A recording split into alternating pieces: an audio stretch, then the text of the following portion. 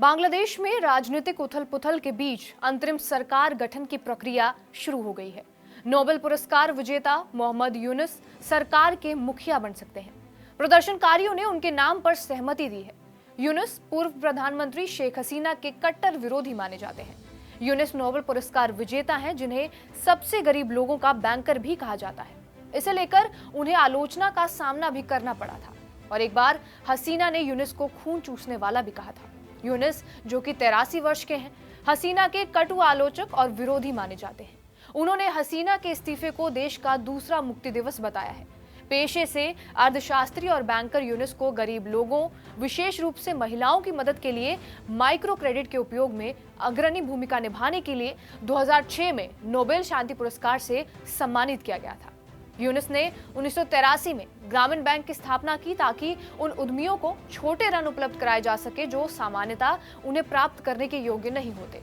लोगों को गरीबी से बाहर निकालने में बैंक की सफलता ने बाकी देशों में भी इसी तरह के लघु वित्त पोषण के कोशिशों को बढ़ावा दिया।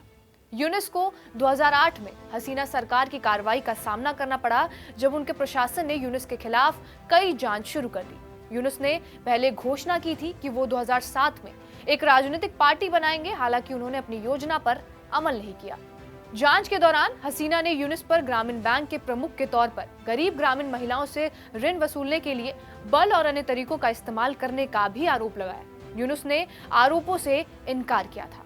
हसीना की सरकार ने 2011 में बैंक की गतिविधियों की समीक्षा शुरू की और यूनुस को सरकारी सेवानिवृत्ति नियमों का उल्लंघन करने के आरोप में प्रबंध निदेशक के पद से हटा दिया। 2013 में उन पर बिना सरकारी अनुमति के पैसे लेने के आरोप में मुकदमा भी चलाया गया, जिसमें उनका नोबेल पुरस्कार और एक किताब से रॉयल्टी भी शामिल थी। इस साल की शुरुआत में बांग्लादेश में एक विशेष न्यायाधीश की अदालत ने यूनुस और 13 बाकी लोगों पर 20 लाख अमेरिकी डॉलर के गबन के मामले में आरोप तय किए थे। यूनुस ने खुद को निर्दोष बताया और फिलहाल वो जमानत पर बाहर है।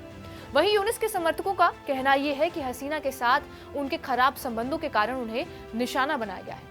बात करें यूनुस की, तो यूनुस का जन्म 1940 में भारत के चटगांव में हुआ था, जो अब बांग्लादेश का एक प्रमुख बंदरगाह शहर है। उन्होंने अमेरिका के वेंडरबिल्ट विश्वविद्यालय से पीएचडी की उपाधि प्राप्त की और बांग्लादेश लौटने से पहले वो कुछ समय तक वहां पढ़ाया भी करते थे। बहरहाल, आपका इस खबर पर क्या कुछ कहना है, हमें कमेंट बॉक्स में जरूर बताएं।